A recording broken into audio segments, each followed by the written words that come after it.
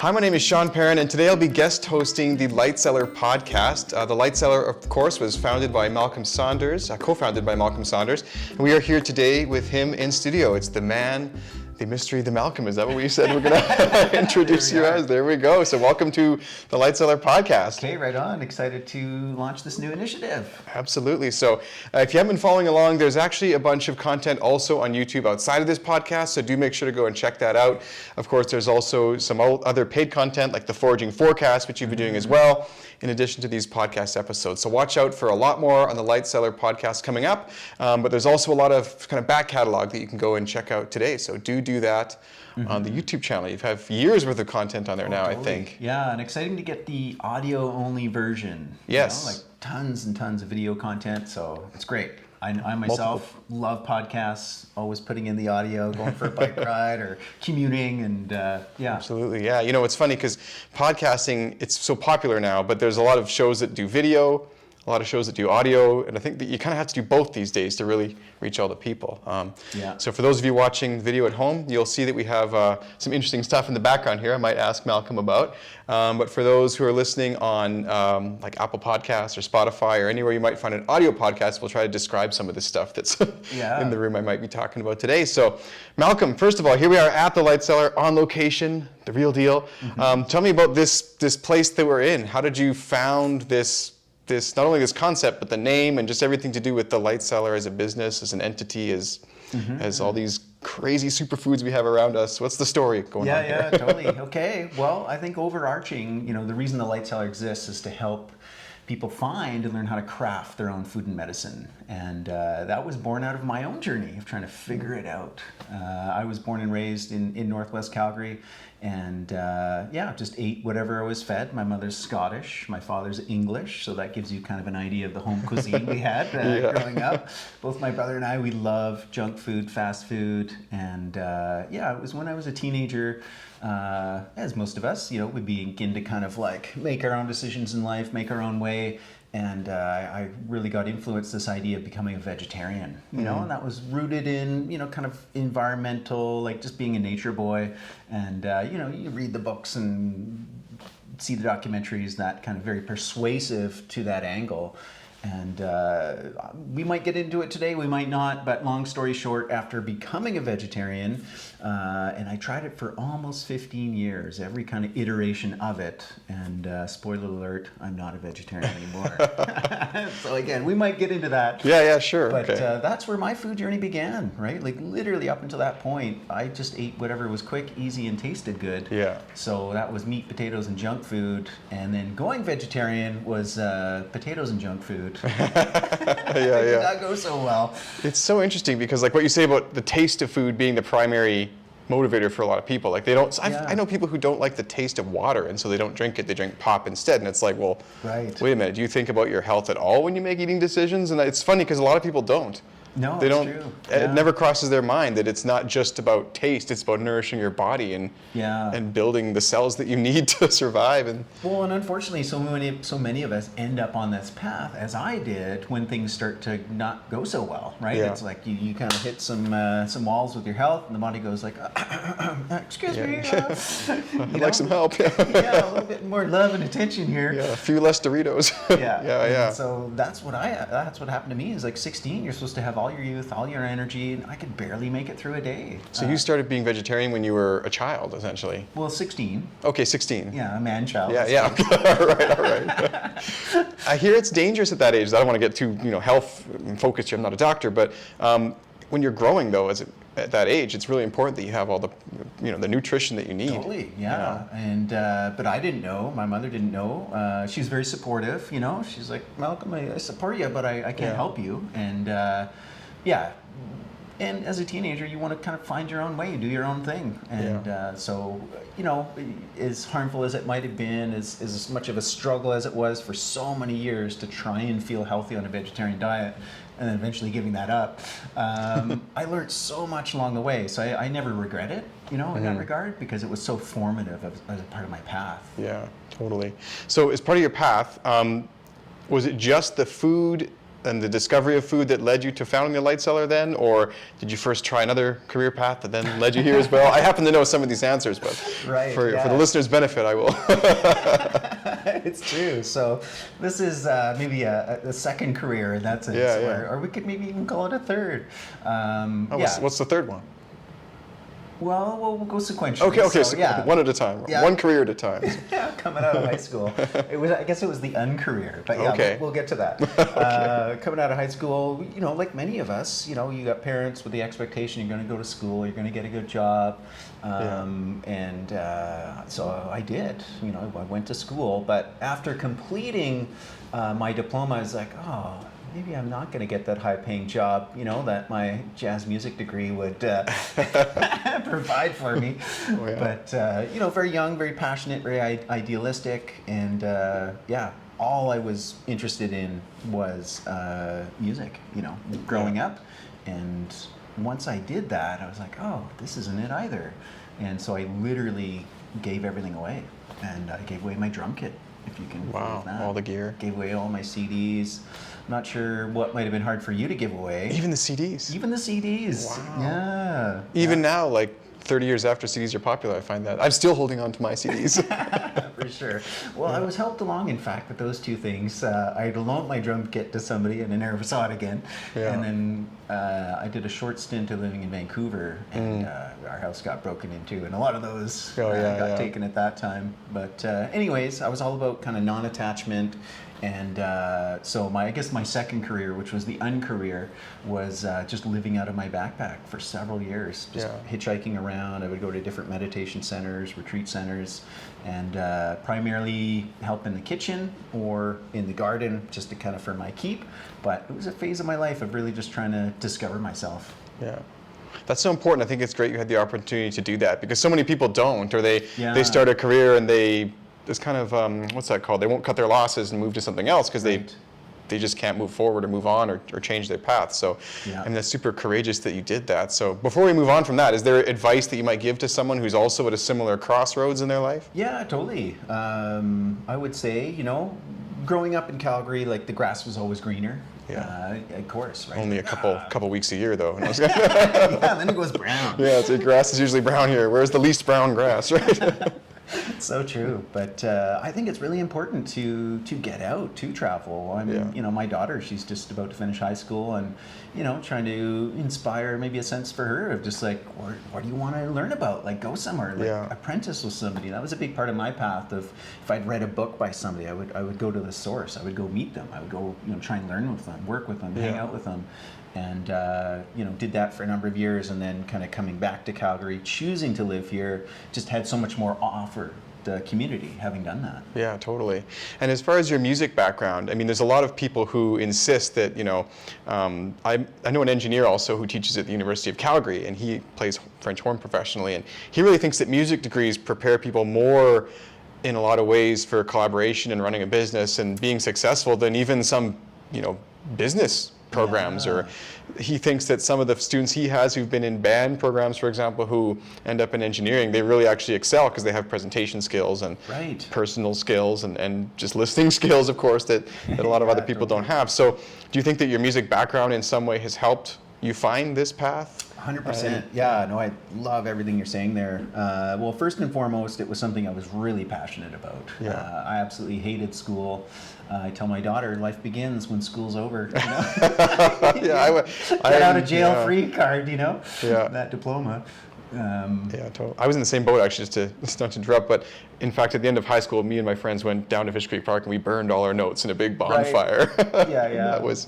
And the big part of just like, I didn't care, I wasn't interested, and kind of forced into that. So what I did love, music allowed me to really channel my passion into that. And then going to music school, I actually learned how to learn versus what I had experienced through school was how can I do the least amount of work possible, get myself through. But then that completely flipped when I cared about the subject, diving right in. But the number one thing I got from music, and I kind of use it as an analogy, whether it's public speaking, whether it's nutrition, whether it's business, anything. It's this kind of like merging of both the two ways of thinking, the two ways of knowing, right? So in our kind of Western society, we have this very kind of like, it's all about the intellect, it's all about the rational mind, it's all about the scientific process. Yeah. And even in music, you can have that kind of like logical thinking, structure, theory, which is amazing. And I'm going to make the guess that you grew up, more kind of classically trained. I mean, that's what your wife does, right? And it's like,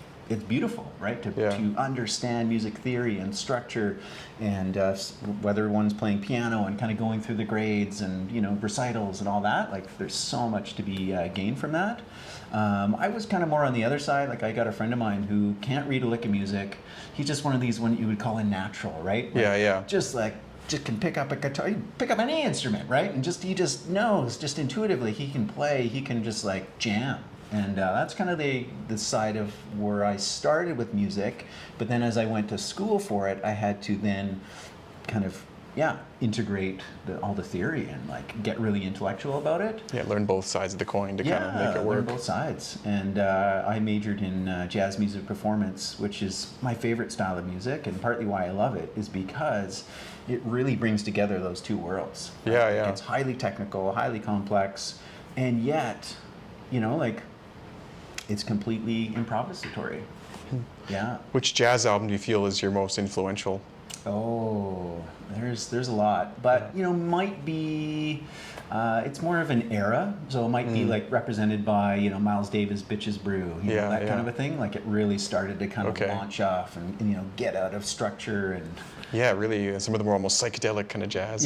Sometimes. Yeah. And incorporating, lots from other cultures around the world. Some of the musicians that were involved in that group, and again, that time period, John McLaughlin and Shakti, and what he was doing with people from India and the music they were creating, like blending Western jazz with classical Indian music. There's something about going to India. I mean, I have to do it one day too, maybe, because Steve Jobs went to India. I think the Beatles went to India. It's true. Philip Glass went to India. I mean, and all these people brought back a totally changed mind and philosophy and concept. I mean, the Beatles obviously changed the history of music, and Philip Glass, I'm sure many listeners may know, but he composes like minimalist music.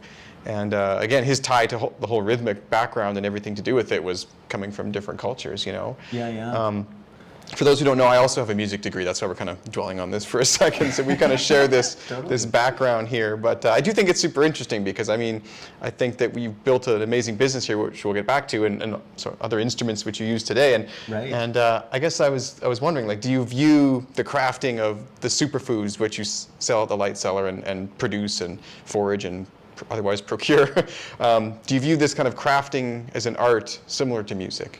Totally, yeah. And again, it's that kind of that blend, that merging of, like really understanding the science, about the plants and their chemistry, but also approaching them in a kind of completely out of the box way, of like plant spirit communication and having like, more of a feeling sense into those plants and working them into a medicine. Yeah. This might sound kind of crazy, but I still kind of see remnants of the love for improv, though, with some of the products too that are kind of one-off or more kind of almost riffing on some idea, like different elixirs and just being willing to explore. There's not just one or two different products here. You've got tons of them, and they're changing all the time, and adding different ingredients, I think, to see kind of what the result would be and things like that. So. Yeah, and that's all been a progression. So, Light Cellar originally started, not even as Light Cellar, like the very, very, very early iteration was Superfood Family. That was my wife and daughter and I, and we wrote this little book, and we had, some nut milk bags and just a couple of small key select products. Was teaching workshops, and that didn't last too long. Just a few months into that name wasn't really kind of resonating. It made things too personal, especially for my daughter and my wife, who were both more kind of want to be in the background, like more introverted. Didn't like the attention kind of thing. And we pivoted early on to Light Cellar, but it all started out of a basement and going to markets and with just like a very small offering. And the business is what, 13 years old now? So? No, much. Yeah, it's actually over 15 years. Over 15. So, 2008, right? Yeah. So we were out of the basement, and I mean, when does it all begin? And that right? By the time I got the official business license, well, I'd already been operating. Which day specifically? Yeah. Well, to me though, 2008 is still only about 2 years ago in my head. So that's the time frame's a little. Yeah. I learned today that there are people who are now in like grade 7 and 8 who were born in like 2009, so it's funny how time starts to go away. But so the name specifically though, Light Cellar, what does that exactly mean? Okay, cool. So that one was born out of a time where I was really into raw foods. So being a vegetarian, vegan, raw vegan, trying all these different diets, like it really connected me deeply to plants and plant foods, and the idea, the concept that all of our nourishment, the source of it is the sun. Yeah. And so that's kind of where that element of light comes from. It also extends back into, my journeys and travels to India and through different forms of spirituality and, this idea of the light, Come towards the light.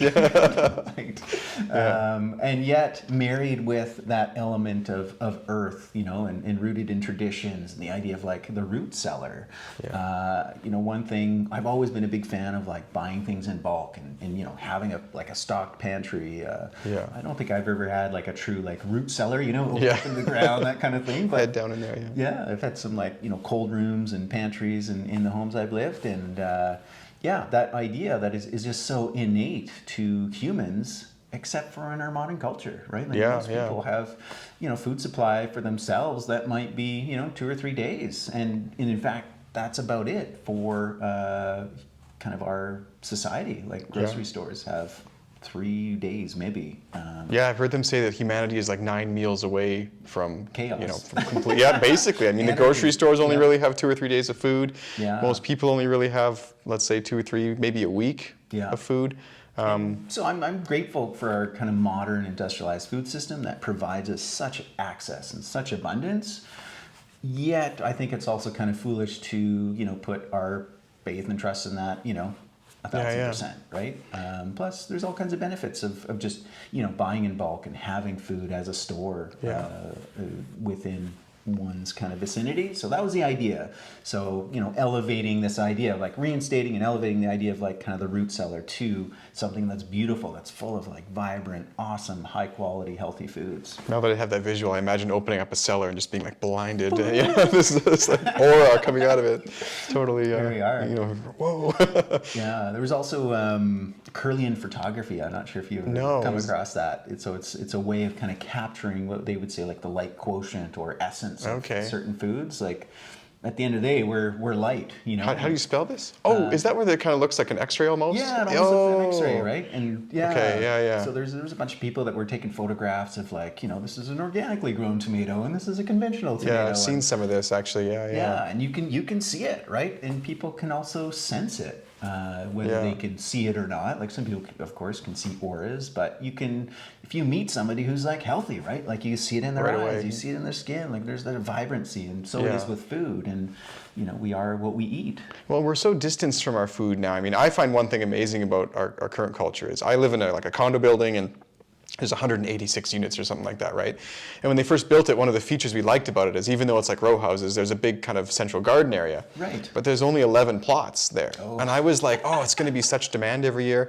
But we got a plot the first year. Right. They were all full. Yeah. Second year, they said, you can't have one twice. You're going to have to enter a lottery. Well, there was 4 left, so we got one again. Right. This year, only I think 3 people signed up out of 186 families to garden. Wow. And I'm thinking, can't I just run some rows of carrots down all those or something? Because we're wasting the ability to make a lot of food here, which otherwise we're bringing up from Mexico, where we don't even know where it came from or what pesticides are on it, and all these different things. So I think there's something really kind of special about a lot of the foods here. Either they're organic or they're harvested or foraged locally. Many of them are, I think, especially even stuff on the menu. Where else in Calgary can you come and get like foraged foods on a potato salad, for example, one of the feature menu items right now? I mean, that's really amazing and interesting, Yeah, totally. Well, that's what I want to do, on kind of a large scale, like within society, our food choices and the variety has just massively narrowed. Yeah. where literally kind of you've gone to the average grocery store and most of what's in the middle aisle is primarily made of corn. Yeah. Cane sugar. I heard it said that, we eat primarily 15 different food crops. Yeah. Whereas just a couple generations ago, it would have been easily well over 100. Oh, totally. Massive diversity. I think I read a book called, well, I know I read the book, but I think the title was called Fiber Fueled. Okay. I don't know if anyone's heard of that one. I can't remember the author, but he was talking about how every week for proper, gut health, microbiome, and things like that, like you got to try and get 20 or 30 different types of fiber and different foods in your diet. So, yeah. I mean, you can't just live off chicken and rice or whatever. You should be trying to get a bunch of different sources of these kind of things. And I found that interesting too, because I tried to keep track. Okay, how many vegetables do I eat in a week or various foods? And it's a surprisingly small list unless you try. Yeah. I think even like the Inuit, that live up north, where you don't necessarily associate with plant foods. Yeah. Like they even had well over 100 different species of just Oh, plant totally. foods, right? Yeah, not to mention animals. And so tell me a little bit, because I noticed one thing about you and your dietary kind of ways, or the way the Light Cellar is it's not like when you've given up or changed from being vegetarian or vegan to eating meat again, it's not like you gave up plants entirely, whereas there's kind of a trend now to go this carnivore route, or this sort of somehow diet where people only eat what they think is meant to be eaten and things like that. Right. So why do you still include plants and a lot of plant-based sources in your diet? Yeah, totally. Oh. Good. My phone's dying. Oh, okay. I'm going to switch phones. Okay. I just wanted to cut you off so I can edit wherever we last. We're omnivores, in that sense. And so, there are 4 food groups that humans have consumed foods from throughout time. Now, of course, these are not the ones we learned in school. Bread. Yeah. Sweets. It's so funny, actually, just, even just looking at the evolution of food guides, like when it came out and how it's all kind of evolved. And how unfortunately it still totally fails us as a society. So, throughout time, in all cultures around the world, there's primarily 4 food groups that we consume food from. So plants, animals, bacteria, fungi, and we are truly omnivores. And what I love about this idea of what I call a natural food guide or an ancestral food guide of these 4 food groups, it doesn't tell you what to eat, how much to eat, or when to eat, because that's so individual, right? Yeah. Literally, it changes every hour of every day of every year of every decade, and that's that improvisation. There we go. Yeah, riffing on the diet. So each one of those kingdoms, we could call them, of life offers different nutrients that the others cannot. And I do lean more towards animal foods being a primary source of macronutrients, like your proteins and fats. And then plants are kind of, they balance, they help compensate. And I really view the plant kingdom as our medicine, and the idea of herbalism. Every single culture around the world utilized plant medicine, herbal medicine, folk medicine. It's the people's medicine. And there was kind of an inherent understanding of the flora, the fauna that grew in their area. They knew how to nourish themselves and take care of themselves. And it's just only our modern culture. It was Michael Pollan, who's written a number of books. He's a great author, Yeah, it really is. It's just amazing. And he says the only reliably bad cultural diet is the standard American diet. Right? The modern industrialized foods, and there's been so much, research done, even Weston A. Price, the dentist, who at the turn of last century was able to kind of go around the world and see indigenous peoples. He was in Scotland, he was in Africa, he was in Canada, all these different places, and seeing, as access to modern industrialized foods opened up and made its way into those communities, right then and there, in one generation, people's health going downhill. And being a dentist, you've heard that phrase, never look a gift horse in the mouth, because you can tell a lot about a person or a horse about their health by just looking at their mouth. And what are we? I mean, I'm a perfect example of that, where, I grew up tons of cavities, I didn't do braces, but wisdom teeth had to get taken out, that kind of thing. All these medical solutions. Yeah, we're all afflicted with that. And, from his viewpoint and research, it's really, really dietary related. Yeah, it's funny because the fact that we can find a solution to something doesn't mean it needs to be a problem in the first place. I heard actually that in the UK even people, they don't get enough sunlight and they don't eat enough vitamin K anymore, so their teeth just all get they don't come in right, and so they all spend thousands of dollars or they don't getting them fixed. But you go back to, like you're saying, some indigenous cultures from around the world and their teeth were all perfect. How do you explain that? Yeah, I know it's funny. Through my journey of being vegetarian, all that stuff. I was had come back from traveling. I think I had parasites, and I was dealing with some health challenges. So I went to go see Dr. Terry Willard of Wild Rose College and Clinic, and it was like student clinics. I'm in the room with Terry, and there's a bunch of young herbal students around him, and we're kind of chatting. And he says, Malcolm gives me this great advice. He's like, if you ever get confused about what to eat, just go back to what your ancestors ate. Yeah. Like, what? The Scottish? Yeah. But what he meant was it was true. If you look at a true ancestral Scottish diet, not the modern Scottish diet where they now have, or maybe Mexico has surpassed them, but they've got the number one rate of heart disease and diabetes and a lot of obesity in that country because of the modern diet. But traditionally, they had a good diet. Yeah, and it included a lot of animal foods, organ foods. And we talked a little bit about how we've lost a lot of the diversity of our foods, but we've also had a major degradation in the quality of it as well. Yeah. And so, again, Light Cellar, that's what it's been about, is helping people find and learn how to craft their own food and medicine, getting that diversity back in, getting the quality back up. Yeah. Yeah. And, that's, you've segued perfectly into my next question, which was about the sort of education element here. I mean, it's very interesting because a lot of stores, they have the organic food, they have the organic like supplements and things like that you can purchase, but I don't know of any other locally anyway that do this sort of blend of education so people can actually take home what they're learning and actually do something with it. I mean, you offer these like plant walks, foraging classes, fermenting, about mushrooms. I mean, making your own sourdough bread. I mean, there's been everything from all that to even like Wim Hof breathing. I came to one of those seminars and that was pretty interesting. But there's this big emphasis on not only buying products that will make you sort of feel better, but actually changing your life and in a way spending time on activities that are probably better than going to McDonald's, Right. So why do you think it's important to include that educational element in the business? Yeah, I mean, I suppose, fundamentally it's that idea of give a man a fish or teach him how to fish, there's so much more empowerment that way. And to be honest, when I first started, education was always first and foremost. That kind of paired with making food. And then the bulk foods were kind of more like a third element of it. I was teaching people how to ferment, how to make chocolate, these kinds of things. And then I was making those things just to kind of sell on the side.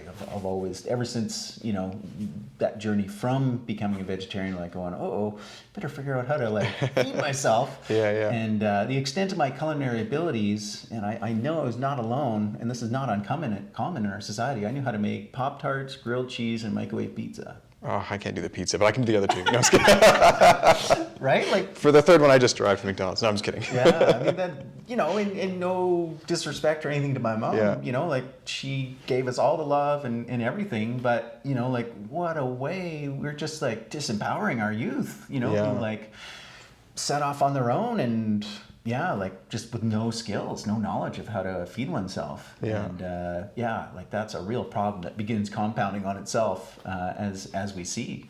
So really wanting to turn that around, which I did for myself, and I love it, as an art form, as a craft, as just a pastime. I remember I was teaching a fermentation class, this was a couple of years ago, and there was a couple that had come, they'd been married for, 40 years kind of thing, and kids had already moved out, but they'd kept those very traditional roles of, he had worked, he's actually just retired, but, she was always the one, did the meals, cooked, cleaned, all that stuff, and for whatever reason, he decided to come to the fermentation workshop. Okay. And, it was about 3 weeks later, she's like, Malcolm, what did you do to my husband? Like, he won't leave the kitchen. He's making pickles. And, yeah, he's got jars all over the counter. Yeah. But it just got him, right? And he just suddenly had this passion and this interest. And, my dad had a similar thing, actually. He's also the same. We joke about the time when he made one of those frozen pizzas and didn't take the plastic wrap off when we were kids. And it was a pretty bad experience for dinner that day. But yeah, he was also like that in the kitchen. And if it wasn't spaghetti and meatballs, he wasn't really going to be making it. But a couple of Christmases ago, I got him one of those little containers you can do your own sprouts in, because he always eats sprouts in his sandwich. Yeah. And same thing, he's like always growing sprouts now, and he found it quite interesting. And he's actually trying a bunch of different other kind of meals. And cool. I don't know if that was a kind of segued into it or something. But yeah, if you give people an inch, sometimes they really open up into a new... Totally. And I get it in our kind of modern day, and you're not going to do it all, right? Yeah. You can't grow all your own food. You can't all make it all from scratch, although there will be individuals that will have the passion, they'll have the drive to like take it that far.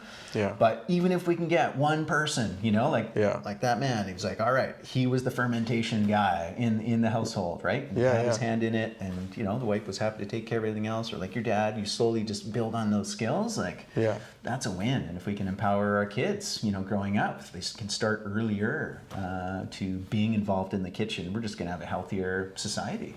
Speaking of kids, man, it's like you have my list of questions. Even I don't have my list of questions. How do you?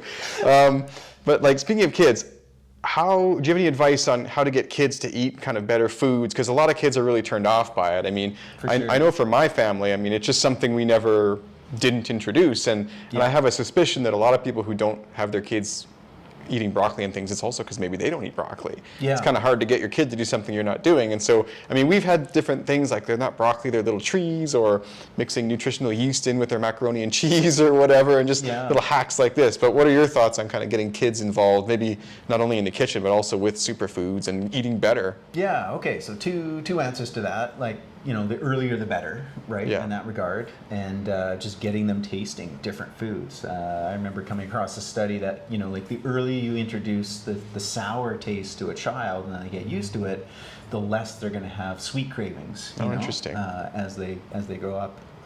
So, introducing to all different kinds of foods, where they don't have those kind of judgments yet, getting their palate acclimatized to all kinds of things, and then introducing them to being in the kitchen with you as early as possible.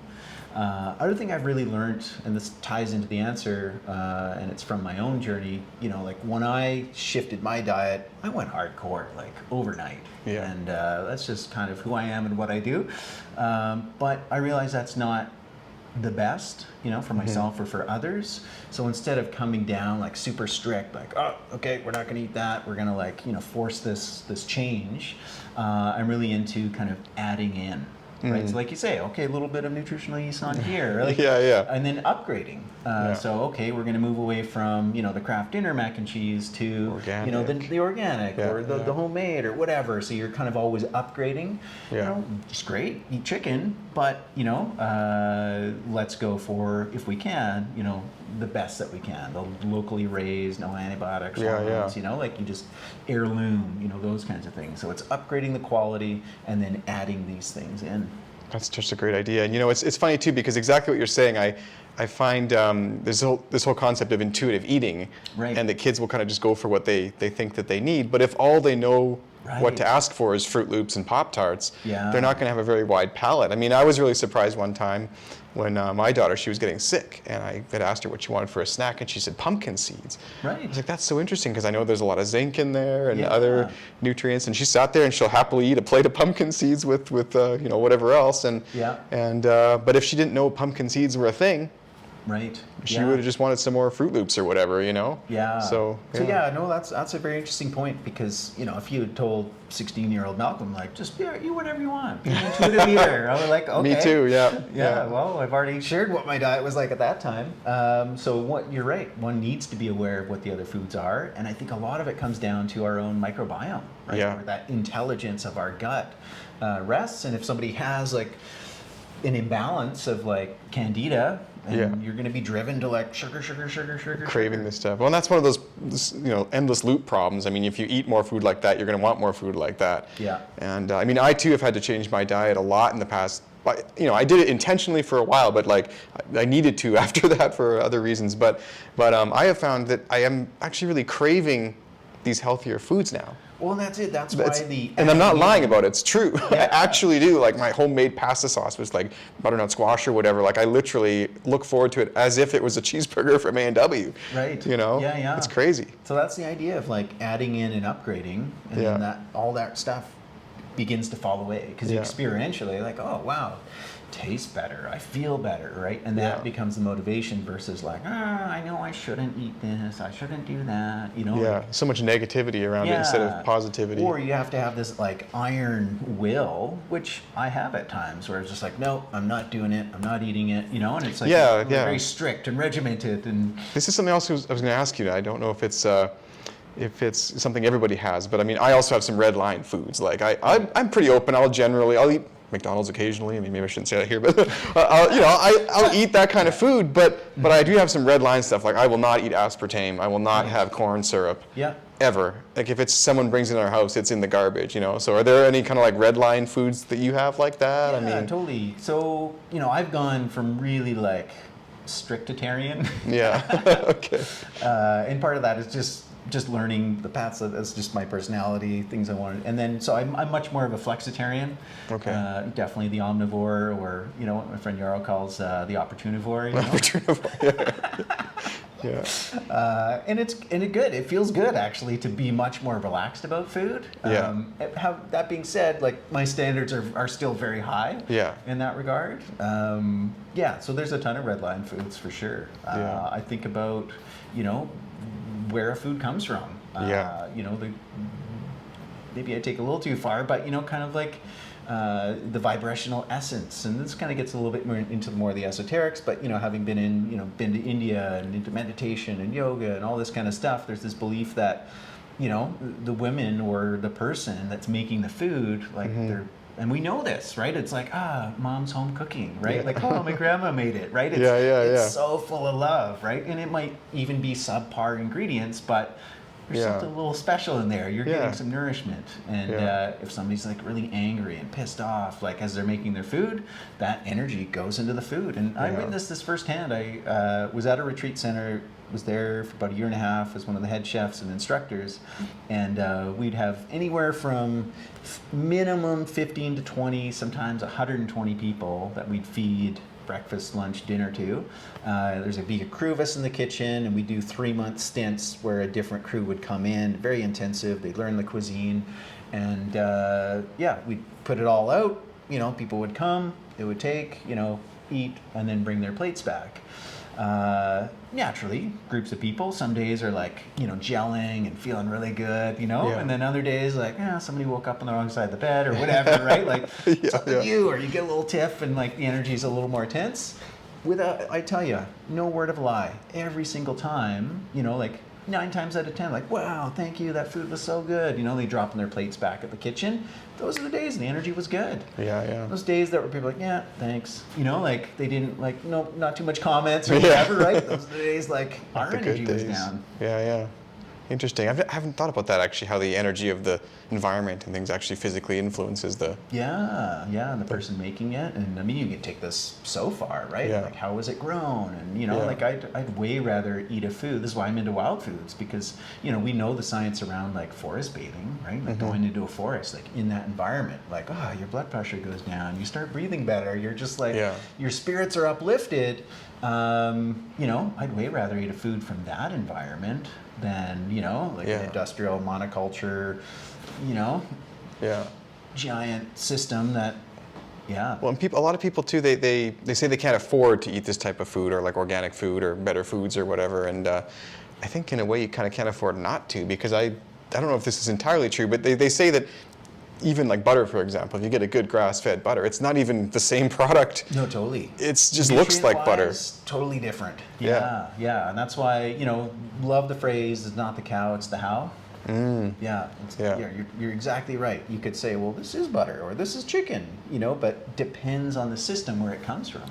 Yeah. It comes down to the genetics of the animal, how they were fed, how they were raised, like all that begins to influence it down to the nutrient level, which we pick up on in terms of like, well, are we getting actually fed and nourished? Getting nutrients, But also like the color, the flavor. I'm really into heirloom, which this idea does extend back to wild foods. It's more of an original genetic, a hardy genetic. And, there's benefits to kind of, breeding and crossbreeding and this kinds of things. Like we can select certain traits, but oftentimes, especially in a kind of a commercial setting, the traits that we're after with our foods are not necessarily the things, that like, we're up for shelf life. Our tomatoes to bruise or to damage. We want, and so we start making choices around our food, for its commercial life, not its nutrient density, not, and that's why farmers markets are great, or growing our own food or picking it. It's because you can see it, you can smell it, you can taste it.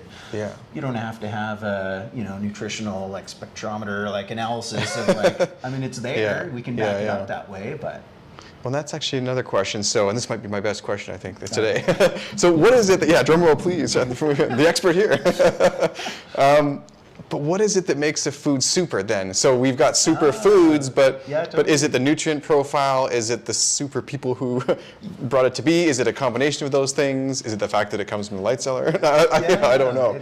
It's all the above. Okay. And honestly, like, I lay no claim of what should or shouldn't be defined as such. It's, my earliest experience with a quote unquote a superfood. I was working at a local health food store here, and as a struggling vegetarian, and where people always asking, like, where'd you get your protein? I hated that question. Yeah. But clearly I was lacking in it.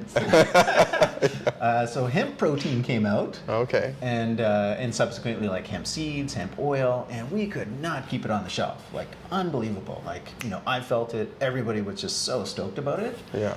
It was super, right? Like, it didn't need a label. It didn't need nothing. It just, like, people responded to it, and they went crazy for it. So that's it fundamentally. So whatever you deem as a superfood, right? Like, it makes you feel good. Yeah. I could sit here and espouse to you all the benefits of apples. Sean, they're very good in fiber, good, wholesome carbohydrates and the vitamins and the minerals, and you should eat more apples, Sean. I probably should. But, and if you do, like, good for you, right? Yeah. But I doubt it's going to change your world. But I've seen it time and again, like hemp or goji berries or cacao or maca or, where people are like, whoa, like there's something to that, medicinal mushrooms, So experientially, like that, I think is the foundation. And then, once we start looking at these foods, is it the genetics, right? Yeah. Is it how it was kind of grown or raised or prepared? Those are all influences. But typically, they have unique, extraordinary properties. They might be like super high in antioxidants or got the most amount of magnesium of like any commonly consumed food. So there is something going on there that, again, people respond to versus like lettuce is good. Yeah. Blueberries are good. They are. They're amazing. Yeah. But they don't light people up in the same way. Well, I guess that was my sort of the root of my question was that I know that here you have everything from like salt and pepper and popcorn all the way up to like some really crazy stuff that most people probably haven't even heard of or let alone eaten, right? I mean, some of these like spirulina and things aren't really on most people's palate every week, but there's everything in between too, and totally. And so I guess I was kind of wondering too, like, what is it that makes that popcorn also as super as that spirulina? For sure. No, great question. Yeah. And so in the case of the popcorn specifically, it's an heirloom variety. Yeah. Like most corn, unfortunately, is genetically modified and massively grown on an industrial scale. And really loses a lot of beneficial qualities and actually becomes very detrimental, even environmentally. Yeah. So whereas that heirloom popcorn, it's not just yellow, but there's blue and there's purple. Different shades in there. Yeah.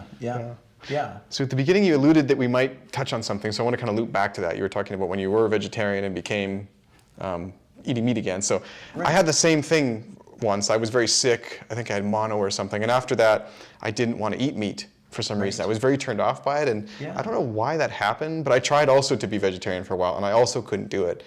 And one day I just realized, I'm like, well, it's mind over matter, and the matter of fact is I seem to need this. So Right. I just started eating meat again. Within days, I felt better.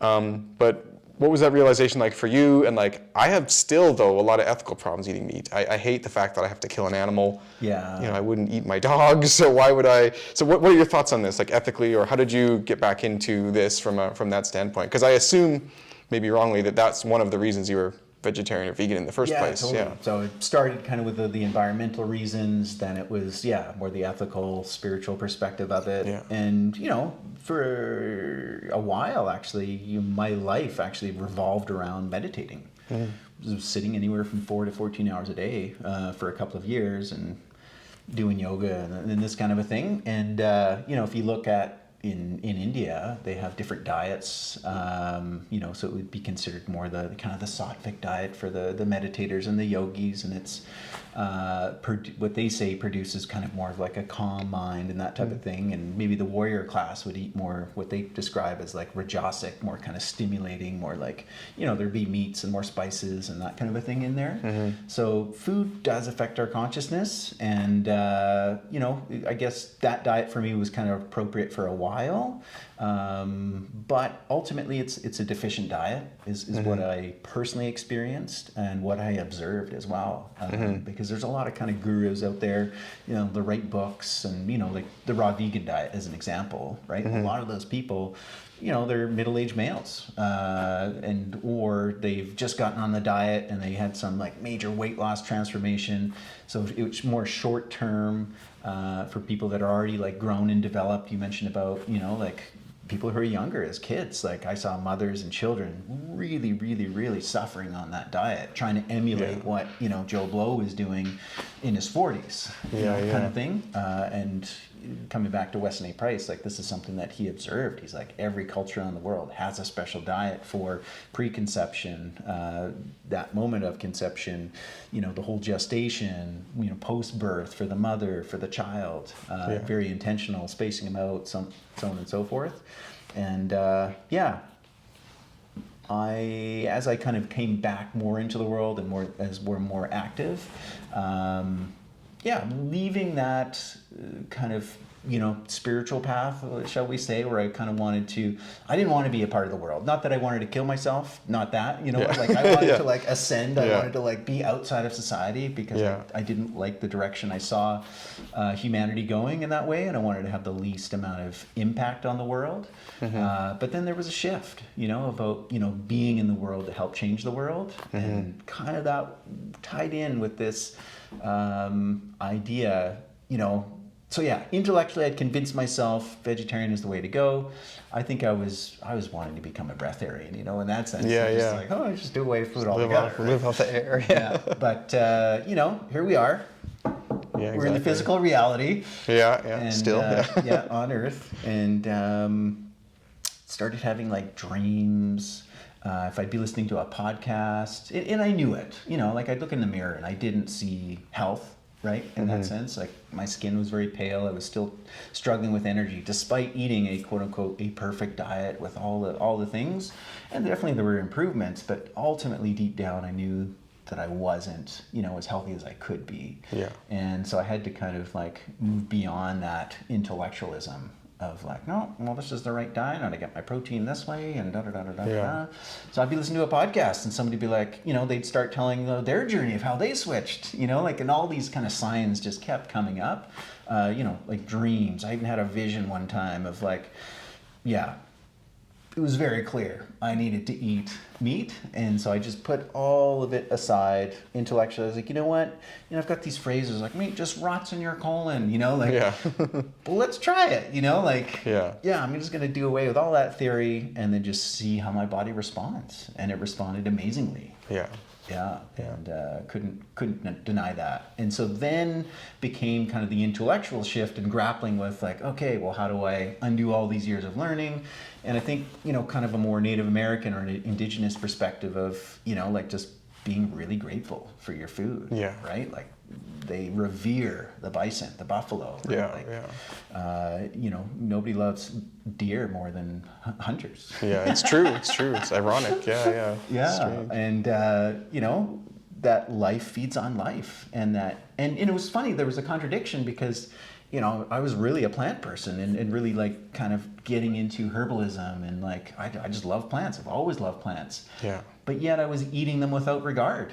But they're living beings too. Yeah, I was just going to say, it's funny because a lot of people consider, that eating a plant is better than eating an animal, but they're both living things. We just can't relate to the plant. Yeah. So no matter what, you got to eat something. And my big problem with being vegan, the challenge I've had with it mentally is like, why is the life of a cow worth more than the life of 85 ducks that had to get off the property to make soybeans or whatever? No, totally. Yeah, there's a great book called The Vegetarian Myth that just breaks down every argument pro-vegetarian and says, there's another side of this story, right? Yeah. So it's not the cow, it's how, it's more important the system that it comes from and the energy with which we receive it. Well, a farm is an ecosystem. Like you've got a place for growing, a proper farm anyways, a traditional farm like you're talking about. I mean, they've got some cows, they got chickens which eat the scraps, they got, fields which, they do it all properly and it all interacts, Totally. And you can build topsoil that way. You can regenerate an ecosystem. Yeah. Whereas just growing one type of bean for 30 years, you can't do it on a property. Yeah, it's highly degenerative. Yeah. Or even like just cows, I suppose. I mean, so you're right. We got to kind of harken back to some of this as a way of living. So before we wrap up, I wanted to talk a little bit about what happens like right here on the ground for maybe those who can't come here or those who can and they can visit. But if you're watching online, you'll have seen this thing next to us here the whole time. And if you're not, it kind of looks like a big coffee maker. It's about 5 feet tall, I would say. It's copper. Actually looks a bit like a timpani, but there you go. So can you explain this contraption to us here and what you do with it? This is what's called the copper alembic. So this is a way of producing distillates. And so we could be making moonshine here, but we don't. Not yet. No, that would be illegal. Yeah. So we're doing hydrosols with this, and this is what one would also create essential oils from. Oh, nice. Okay. And I'm just fascinated with all the different ways to preserve, extract, and deliver medicinal compounds from plants. And this is kind of one ancient tool where you can do what's called hydrodistillation, you can do a steam distillation, or you can do a combination of the two. So in this kind of large chamber at the bottom here, we would put water and plant material, and then we turn the heat on underneath there, a kind of a nice low rolling gentle simmer type boil, which basically is like making a tea, and then but then as that begins to simmer, it evaporates, and then the steam rises, goes through this column, and if you have plants in there, that steam begins to extract the plant compounds. Carries on its way, and then it comes down through here, which is a cooling chamber. So we'll fill that with ice and keep it cold, and the steam passes through there, and then it recondenses back into a liquid form, carrying with it all the oil-soluble compounds, so like the essential oils and others as well. So it creates these amazing like healing aromatic waters. So what's an example of some products that are made in store with this? Yeah, so rose hydrosol, one of my favorites. So done with fresh or dried rose petals, steam hydrodistilled, and then the rose water. So this is very common throughout the world, especially in the Middle East or in India. They'll use rose water in a lot of their cuisine. And rose is, as we know, kind of very nourishing and for the heart. Nurturing that way. It also has like cooling properties, and these waters can be sprayed aromatically into an air. Again, like the idea of like forest bathing. You could spray some pine or some spruce or cedar or something like that, and it's just like it cleanses, it refreshes the air. We can breathe that in. You can also apply them topically. So in the case of rose water, it's known as an astringent, so it's like toning and tightening to the tissues. So a good friend of mine, Blaine Andrusik, he's almost 70, and he's got better skin than I do, in the sense of like, and he uses rose water every day. Oh, really? And hardly any wrinkles, and just like baby smooth, and it just like it tightens and tones, and it's a good little beauty tonic that way. I didn't know rose was actually good for the heart. I thought it was just good on Valentine's days. Well, there's a reason for that. Yeah, it's crazy. Yeah. And so what else is made here? As you walk in, you can kind of see there's a big grinder machine on the main level there. What's that for? Yeah, totally. So so as you walk in, you come into the store, of which there's nuts, seeds, dried fruits, spices, herbs, medicinal mushrooms, all kinds of things. Again, as you know, some of it sourced locally that we wild harvest, other of it locally grown. But then we also do have a lot of what I like to call the exotics and the erotics. We're not, I'm of that mind of like the 80-20, in that sense. If you can get 80% of your calories locally sourced, from a great place, that's awesome. And then 20% for, the things farther afield, like black pepper and cayenne. And some things we can't grow here, chocolate. So we those grinders you mentioned, we've got a production kitchen that's like right next to the shop that we're producing all kinds of things, including chocolate, stone grinding it from scratch, in-house.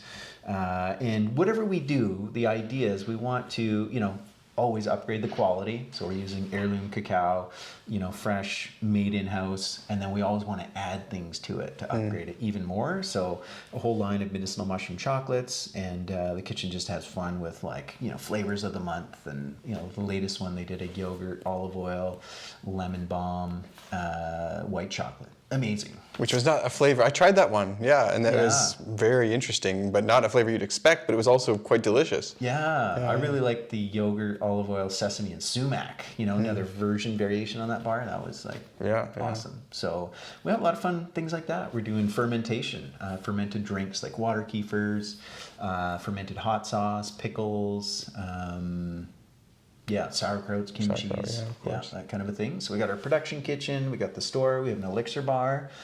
So this allows people to come in, get a nice activated beverage.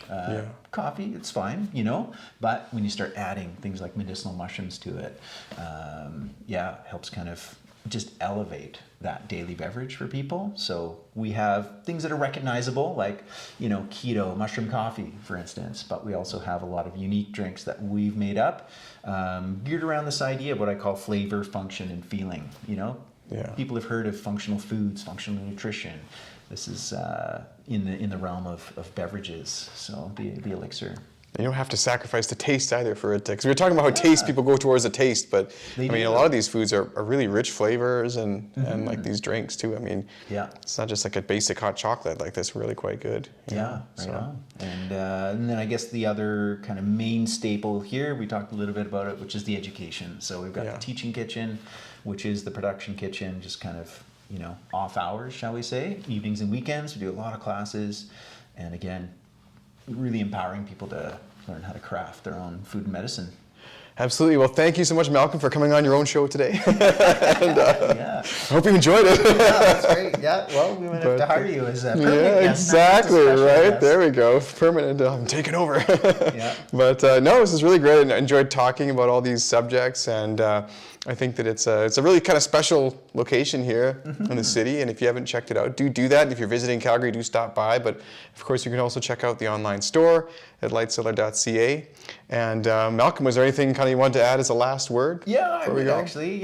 So this is one of a kind, and it will remain that. I get questions all the time: second location, franchising. And I don't quite want to say it this way, but I almost do. I will never franchise. I don't want to ever say never, right? Like, I'm glad I didn't get vegan tattoos. Never say never. Exactly. Right. Our minds can change, but the main thing is, what has to stay and remain is kind of the quality and the integrity. And I'm not at a point of A, being interested, or B, being sure that if we did grow and replicate that, we wouldn't lose that. So I'd rather you'd have to be sure. Nice and small and intimate. And the way that we've been able to expand our reach is through the online store. So that's great. We're shipping out orders all around North America every day. So it's great to have that reach, but then also keep the physical location a destination. Totally, Not to plant the seed of franchising, but the biggest impact though would be through that kind of, multiple locations, different cities. But I guess we get to a point where it's just, you can't have that same ultra special kind of vibe, For sure. It's embodying a different paradigm, right? Totally. I love the phrase "small is beautiful." Totally. Well, this has been really fun, really great. I hope you enjoyed listening, and you can definitely subscribe for more to the Light Cellar Podcast on YouTube or Apple Podcasts or Spotify or wherever you happen to be listening today. And if you want kind of more specialized content as well that's really focused on the local Calgary area here, Malcolm has been doing the Foraging Forecast with Denis. Do you want to just talk about that for 2 seconds at the end here and kind of give it, Absolutely loving it. So we're a few weeks in now, and every day I'm out. And one of the more challenging things about foraging is getting out all the time. You know, like it's so easy to miss pine pollen or spruce tips or whatever it is. Those are just two right off the top of my head because they're happening right now. Yeah. And so this is kind of like a notification. So those that, you know, are really interested, inspired by the idea of foraging their own food, their own medicine in their kind of local ecosystem, we're giving you the heads up. So we're introducing you to new species, you know, what you can use them for, how to pick them, where to go, you know, all the details, and most importantly, like the timing. It's like, it's on, it's happening right now. Well, yeah, because some of these things are only a few weeks a year you can get or a access. few days. And there's so much value, too, out there in the nature, because that's how things work. I mean, not to get back in a big, deep discussion here, but I sometimes wonder if they've sort of made us think this way, so we'll buy their stuff. I mean, you can get so much food for free or grow it yourself or, you know, all these things. And I find myself, I've got to take one of those plant walks now, because since we've been talking, I find myself going for a walk and wondering, would Malcolm be eating that? Can I eat that tree? You know? It just opens up your mind. Yeah. It opens up your world in that sense. A lot of people have a fear of nature or fear of the forest. And when you start to begin to develop a relationship to plants like that, that just goes away, you know? And it's like, these are your friends. We're all our friends, and you're our friends too. Thanks for listening to the show today. And check back for more Light Cellar podcasts on YouTube, Apple Podcasts, Spotify, like I said, wherever you're listening. And go ahead and post some questions down below if you have them also. I'm sure that Malcolm will be getting in there to answer some of your questions. And any guest requests, ideas for future episodes, that kind of thing would be really great as well. So thanks again, Malcolm, and thanks for having me guest host your show. Right on.